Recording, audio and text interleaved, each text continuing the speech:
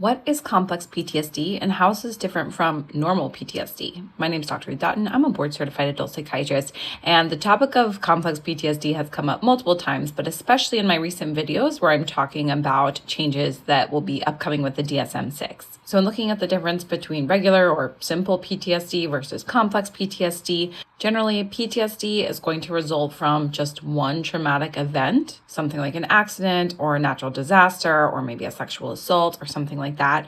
Whereas complex PTSD is going to result from long-lasting, recurrent, compounding interpersonal trauma. So this might be someone who went through emotional abuse or sexual abuse or physical abuse for most of their childhood, or someone who maybe they had one traumatic event when they were a child, but then they've just had multiple traumatic events after that compound and make their symptoms different. So complex PTSD is going to meet all of the same diagnostic criteria as PTSD. So that's going to include things like having a traumatic event, experiencing mood lability or mood reactivity as a result of that traumatic event, experiencing intrusive symptoms, which can look like flashbacks or nightmares, experiencing hypervigilance, where they're really on edge and worried that something bad like that might happen again, as well as avoidance symptoms, which looks like avoiding things that make you think about that past traumas. However, complex PTSD is going to have a few additional symptoms that are not included in PTSD. So the emotional dysregulation element is going to be a hallmark of complex PTSD. So this might be characterized by extreme and uncontrollable mood swings. Although this can also be a part of PTSD, it's not as pervasive.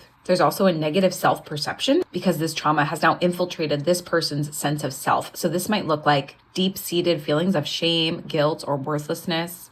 There also tend to be more relationship difficulties in people who have complex PTSD. They may have difficulty trusting others or maintaining connections. And often dissociation can be a component of complex PTSD. So this might look like feeling detached from your body, feeling like you're not real or your surroundings aren't real. So as I mentioned, a lot of the questions about complex PTSD came up in my videos about the DSM-6. And that's because it is not recognized as a distinct disorder in the DSM-5, which is in the United States, our current manual for mental health conditions. There is a specifier under PTSD for PTSD with dissociation. And so that is kind of what we think about as this complex PTSD, but it's not recognized as its own entity. And this is in contrast to the ICD-11, which is used by other countries, where it is recognized as its own disorder.